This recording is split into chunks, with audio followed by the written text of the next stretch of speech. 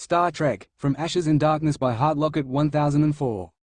Chapter 5, Connections Year 1981, Gar. Ashley yelped before she grit her teeth and swung herself bodily up and over Khan's shoulder, twisting his arm before he could break hers and forcing him to loosen his grip just slightly. She used the moment to wriggle herself free, but Khan caught her leg and brought her crashing down underneath him again anyway. Damn, Ashley groaned, shaking off the pain from hitting her head on the ground as she relaxed her body while Khan smirked as he loosed the hand around her neck.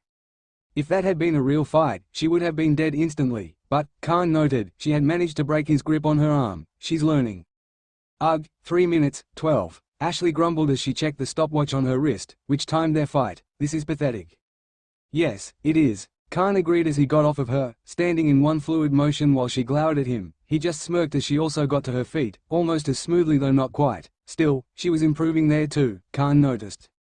Thank you, oh great leader, she said, sarcasm dripping from her words. If you were any more encouraging, I would probably faint from sheer joy. He almost laughed. Sometimes, she was so absurd. As it was, he kept his face neutral, save for a small tugging on the corners of his lips that he just could not control, as he informed her, your recovery time needs work. It does nothing if you can avoid one maneuver but fail to counter it.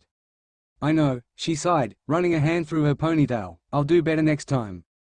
And there was the reason Khan still trained with her, even though it had already been 6 weeks. He'd expected the girl to give up by day 3, if not 2. When she hadn't, he'd been somewhat surprised but had gone through every day for the first week expecting her to break sooner or later, and he'd put his money on sooner. And yet, 6 weeks later and Khan was pleasantly surprised to see she had yet to even crack, let alone break. He'd already broken 2 of her bones before, the second time had been accidental. He remained mum on the first incident, and yet, all she requested was that he show her some moves slowly while they waited for the bones to mend.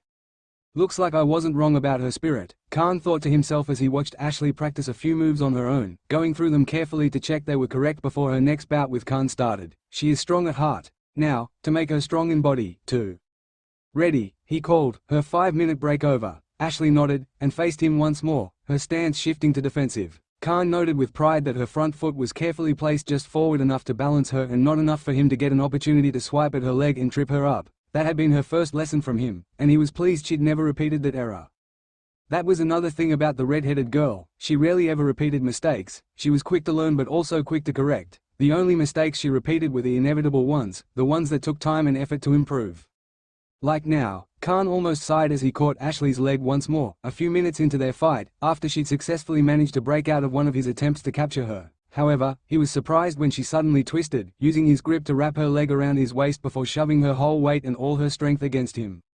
Their eyes met as she did, and Khan saw once more that passion that burned in those green eyes, a burning fire that exploded every time they dueled. Khan's own quick reflexes saved him from crashing onto his back. Instead, he landed on one hand, which he then used to propel them around, crashing Ashley once more into the ground while his hand wrapped itself around her neck. Ugh, Ashley groaned, her head throbbing from the impact but feeling more frustrated than in actual pain. And I thought I had that, too. She looked up when Khan's hand didn't let up, and she blinked. Khan, she asked, peering up at him as he stared at her with an almost shocked expression. Where did you learn to do that? He asked, and Ashley smiled instantly, knowing what had caught him off guard. I watched Katie use it against Otto, she explained, yesterday, during their fight session. Even though she's smaller and he's technically stronger than her, she managed to take him down and onto his back. I figured it might work for me as well. Her smile dropped, a scowl replacing it as she added, but, of course, Mr. Perfect can't be brought down so easily.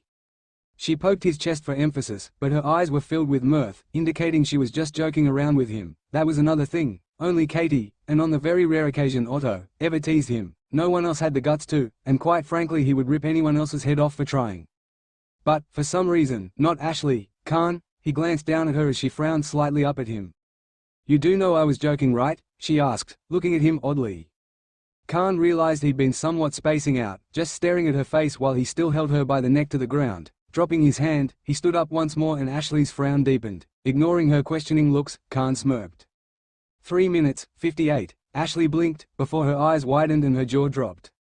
No way. She sat up so fast she almost gave herself whiplash as she checked the stopwatch on her wrist. Seeing that Khan had, indeed, told the truth, she squealed happily as she cheered. That's a new record. And yet, you still have yet to last 4 minutes against me.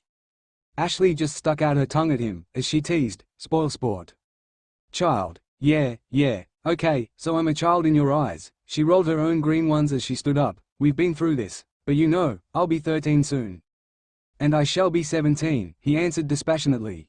I did mention you're a spoilsport, yeah? Ashley checked, grinning, and Khan actually chuckled. Ah, he laughs, she teased, and he rolled his eyes at her. She'd been so shocked when he'd first laughed, about a week after they'd started training together, that she'd tripped over her own foot and fallen back on her butt. Of course, that had only made Khan laugh harder at her, and Ashley had ended up joining him. Now, it was like an inside joke as she teased him whenever he laughed around her during their training sessions. Khan glanced at the clock and he noted, "It's almost 11, we should head back." "Wouldn't want to be caught with the half-human, right?" she commented lightly as she clambered to her feet and started to leave, but Khan raised a brow. Reaching out, he grabbed her arm and whirled her around to face him, startling her. "Khan," she asked, surprised more today than she had been in all her time knowing him, which, admittedly wasn't that long, but she thought she had a fairly good grasp on him and his personality by this point. Khan ignored her question, instead asking his own, "What makes you say that?" "Say what?" she asked, before understanding dawned. Shaking her head, she pointed out, "It was a joke, Khan." "But you meant something by it," Khan noted shrewdly, and Ashley shrugged. "Not particularly," she replied. "It's just not exactly a secret that you and the other augments don't like me, or Daniel and Rivera, because we're human-turned-augments." "I do not dislike you," Khan corrected, and Ashley answered dryly, "Wow, that makes me feel so special." "It should. I dislike most people, including augments," Khan retorted coolly, and Ashley just shook her head as she gave him a crooked smile. "I know, Khan," she said gently, softening her words as she peered up at Khan with bright green eyes, "and I never said otherwise. I know you well enough to know you'd never train me this long if you actually disliked me." "Then why did you say what you did?" Khan asked, and Ashley shrugged again. "Like I said, it was a joke," she answered. "I said it because of the," she chose her words carefully, "prejudice that people, augments, seem to have against half-humans. I didn't mean you, specifically, and I didn't mean to offend you." "You didn't offend me," Khan replied, and she muttered under her breath, "You know, somehow I think I did." "Something you want to say directly to my face?" Khan asked, raising a brow, and Ashley gave him a wide, beaming smile. "Nope," she laughed as she turned and started to walk away, heading for the showers, only to stop as Khan called after her, "I really don't dislike you, Asha." Ashley whirled back around in surprise, looking at Khan with a completely shocked expression. "Did you just," she began, staring at Khan. She hadn't even known he knew that was what Daniel and Rivera called her, the two human-turned augments having been the only ones, aside from Khan's training sessions, to include her into the facility during her time there so far. Khan simply cocked a brow, feigning ignorance as she gaped at him. "And you forget," Khan added as he walked past the stunned redhead, taking the lead, "that the first shower is always my privilege." Ashley barked a laugh, shaking her head as she turned to look after Khan with amusement dancing in her green eyes. "How could I forget?" Khan smirked, though his lips soon curved into a full-blown smile as Asha called after him, "And I don't dislike you either, Khan." Asterisk asterisk asterisk asterisk asterisk asterisk asterisk asterisk asterisk asterisk asterisk asterisk year 2259. Jim and Khan's staring match was broken as Mr. Sulu called over the comms urgently, "Proximity alert, sir. There's a ship at warp heading right for us." "Klingons," Jim checked, but it was Khan who interjected softly but grimly, "At warp? No, Kirk, we both know who it is." Jim stared at Khan as his officer called back, "I don't think so, it's not coming at us from QO numbers." Jim stared at Khan for a long moment, before he turned, and, as Khan watched him like a hawk, he ordered the guard sharply as he started to run for the bridge, "Lieutenant, move Khan in medbay, post 6 security officers on him." "Yes, Captain," the lieutenant answered at once, while Jim called into his wrist comm as he ran, "Bones?" "Yeah," Bones answered, and Jim stated grimly, "You're getting more company, Harrison, or as is actually called, Khan." "What?" Bones exclaimed, and Jim ordered, "Whatever you do, do not let him to have any unsupervised contact with our other guest. I don't want to risk anything else going wrong right now." "Doesn't that sound cheery?" Bones replied sarcastically, "and I thought I was supposed to be the pessimistic one." Asterisk asterisk asterisk asterisk asterisk asterisk asterisk asterisk asterisk asterisk asterisk asterisk Khan went quietly as he was led into the ship's med bay, his hands cuffed before him once more, but that wasn't why a frown remained etched on his face as he walked. He had spoken the truth, mostly, and in return, Kirk and the Vulcan had proven rather useful and helpful. Their expressions, even the rather stoic Vulcan, had been easy to read, and he was pleased to see the doubt in Kirk's gaze when Khan had spoken of Marcus's betrayal. But what bothered Khan wasn't that. No, what bothered him during his interrogation with Kirk was the fact that, for one moment after Khan had revealed his true name, Kirk and Spock had looked taken aback. Not surprised and confused as they should have been by an unknown name, and he finally put a name to what had bothered him, they'd recognized his name. But how? Khan got his answer exactly 2.5 seconds later. He'd just stepped into the med bay when he brought himself up short, his mouth parting in shock at the same time the other person spotted him and stilled in similar surprise. Khan, Chapter 6, Year 1981. Katie raised a brow as they watched the latest bout during their fight session. The red-headed half-human, Ashley Sanders, was currently up against Maltuvis, but something was different. She was different. Otto had been the first to observe the change in their newest and so far youngest recruit. Katie soon followed, and by this point most of the more aware, as Katie liked to think of them, augments had noticed. The girl's improvement was phenomenal, but more than that, it was unheard of. 2 months ago, she'd lasted less than 2 minutes against Juliet, arguably the weakest, at least physically, augment in the group. Then, about 3 weeks later, she'd easily beaten Daniel. No real surprise there, the half-human wasn't much of a fighter, all things considered, and lasted 7 minutes against Dimitri. That kind of development hadn't been documented, not since Otto. Even augments didn't progress that quickly, although, to be fair, they were usually 5 or 6 years old when they first started learning to fight. Still, that the girl not only improved her times but also her techniques was not something that Katie or Otto had missed. Now, 2 months since the girl's arrival, Katie had to admire the girl's quick thinking and swift reflexes as she watched the girls fight with Maltuvis. The young redhead was almost as fast and as graceful as any of the other augments, and certainly, she appeared more in control of her movements than Maltuvis at the moment. The augment was getting frustrated and angry as he continued to miss the quick redhead, his powerful punches no match against Ashley when he could never land an attack. And so far, the girl had managed to land a punch and a kick on the augment, a humiliation that was clearly clouding Maltuvis's judgment and making him even sloppier than usual. But that wasn't what interested Katie. She'd known from the first day she'd met Maltuvis that the augment was unstable and, in her humble opinion, an idiot. No, what caught and held Katie's interest was Ashley. Not just for her clear improvement either, there was something far more interesting for Katie. And there it was again. Katie's lip curved into a smirk as she watched Ashley twist, grabbing Maltuvis's fist as it flew harmlessly beside her shoulder, and she used the augment's own momentum to fling him over her shoulder and threw him bodily down towards the ground. The augment recovered quickly, landing on his feet with typical cat-like reflexes, but it had been a close moment for him. Again, however, that wasn't what interested Katie, and as the fight continued, Katie leaned casually to her side and murmured softly to the augment standing beside her, "She's good." Khan glanced at Katie briefly, only his eyes moving before they shifted back to the fight before them as Ashley dodged another punch before landing one of her own that had Maltuvis reeling backwards. A few murmurs broke out amongst the augments, the ones who'd been watching the redhead's progress making noises of approval while others murmured in surprise that a half-human was beating one of the strongest augments in the facility. Katie used the moment to whisper again, keeping her tone casual as she tucked a lock of her black hair behind her ear. "Her fighting style reminds me of someone." Khan tensed just slightly, and Katie smirked as she chided, "Oh, come on, you really think Otto and I didn't notice?" Khan's eyes flickered over to Katie, and then glanced at Otto. The brown-skinned augment was across the room from them, and while his stance was casual, his dark eyes were trained on Ashley, scrutinizing her carefully and with just the faintest look of approval. "So that's where you've been going off to every night," Katie noted. "I thought you were off harassing some poor girl. I never thought I'd be right." Khan snorted against his will and Katie smiled. They were interrupted as, suddenly, a yell rang out, echoing around the training room and a few augments gasped in surprise despite themselves. There, in the middle of the ring, Ashley was sitting on Maltuvis's chest, her hand wrapped around his neck in a clear sign of a winner. The redhead herself looked shocked at her own victory, while Maltuvis's face twisted into a snarl. "You bit. That's enough." Maltuvis went silent immediately as Dr. Cloy stood up and slowly approached the ring. Ashley instantly let go of Maltuvis's neck, standing up and retreating from the augment as Maltuvis also stood slowly, sending daggers at Ashley with his eyes. "That was impressive, Ashley," Dr. Cloy said at last as he stopped by the ring, examining Ashley before turning and looking at Maltuvis.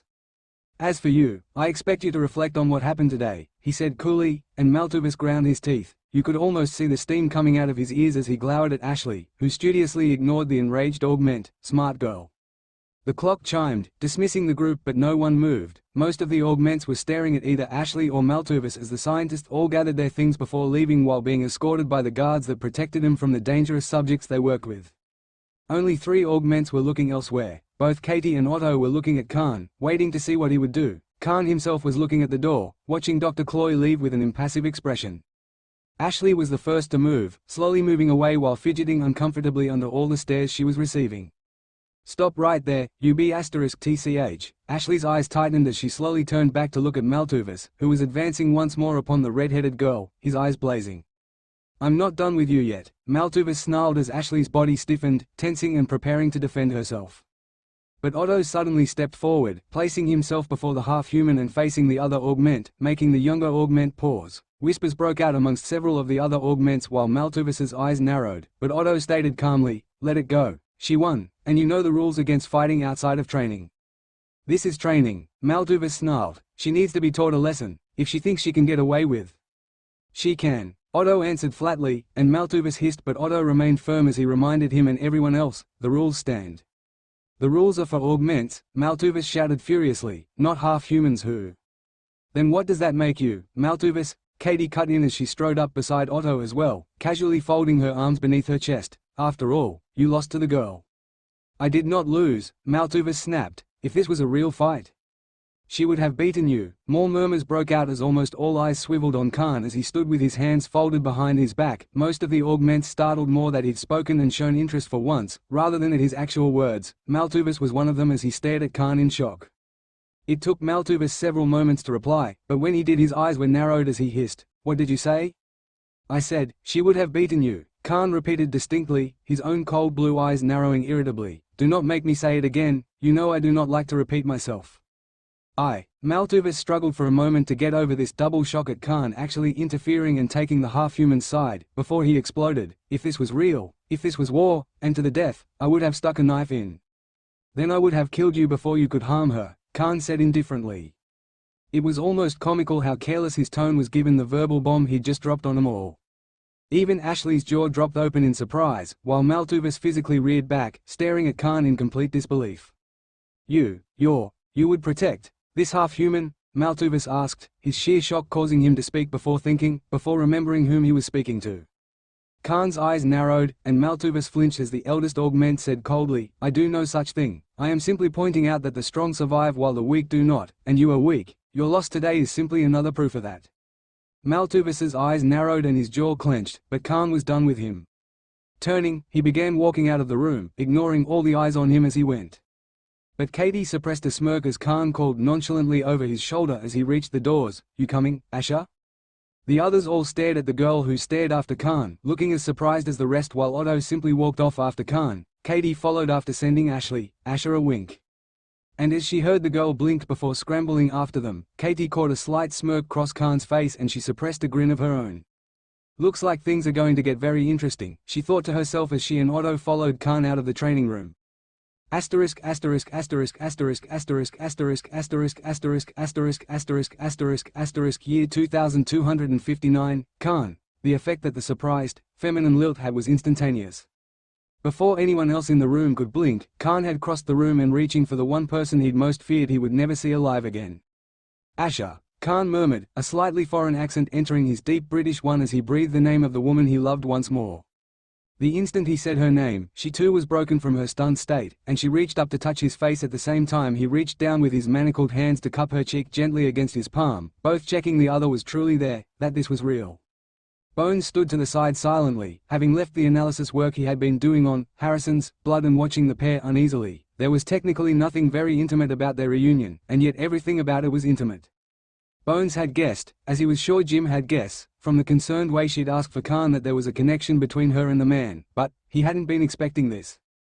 He saw the way Khan traced Ash's face with the softest touch, the way the most human expression Bones had seen so far on the man appeared on his face. She had a similar expression on her own face as she gently caressed Khan's face, her fingers brushing his high cheekbones and tucking away one loose lock of dark hair.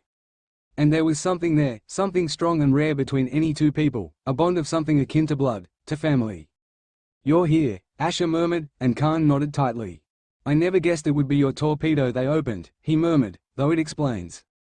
"HM," she asked, and he explained quickly, "Your torpedo I equipped with a pressure automated device so that if it were ever opened, your cryotube would deactivate safely. I needed to ensure your safety somehow." "I see," Asha murmured, and Bones interrupted at last, "Hate to be the old man breaking up the reunion, but I am going to have to ask you to separate." He trailed off nervously as Khan finally lifted his eyes from the redheads to glare icy daggers at the doctor. "I have been separated from her for too long, Doctor." Khan's voice was carefully neutral, but it was so cold that Bones swore he saw icicles appearing in the med bay. I will not be removed from her side any longer.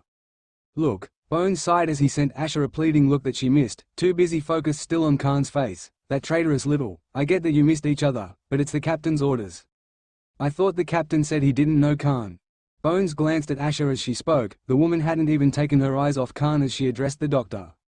Bones sighed helplessly, when another voice called, "Well, we were under the impression that he was a Starfleet commander gone rogue, called John Harrison." Bones looked over gratefully as Carol Marcus joined them in the med bay at last, while both Khan and Asher glanced over briefly before Asher returned her attention to Khan. "John Harrison, you killed people," Asher stated more than asked, looking at Khan expectantly as she recollected what Captain Kirk had told her about Harrison. He scowled immediately, but returned evenly, "I had every reason to believe everyone was dead, that you were dead." "So you sought revenge?" Asher sighed, shaking her head, and Khan curled his lip unhappily as he heard the disappointment in her voice. "What happened to our promise?" "I thought you were dead," Khan repeated flatly, and Bones shivered at the utter lack of remorse in the augment's voice. "Admiral Marcus wanted a war, so when I thought I'd lost you all, I gave him one." Bones shuddered again at Khan's last statement, delivered in a tone so cold he was certain he could have refrozen Asher with it. Carol meanwhile was frowning at Khan. Surely, when the man had said, "Admiral," he didn't mean her father? "A war?" Asher questioned, frowning as well, and Khan answered in a low voice, "It's a long story, and we haven't got much time." "Then summarize it," Asher countered, and Khan raised a brow at the command while she gave him a cheeky grin. Bones and Carol were surprised as they saw a flicker of an answering smile cross Khan's face before he was serious once more as he very quickly, and briefly, explained what had happened after he was awoken.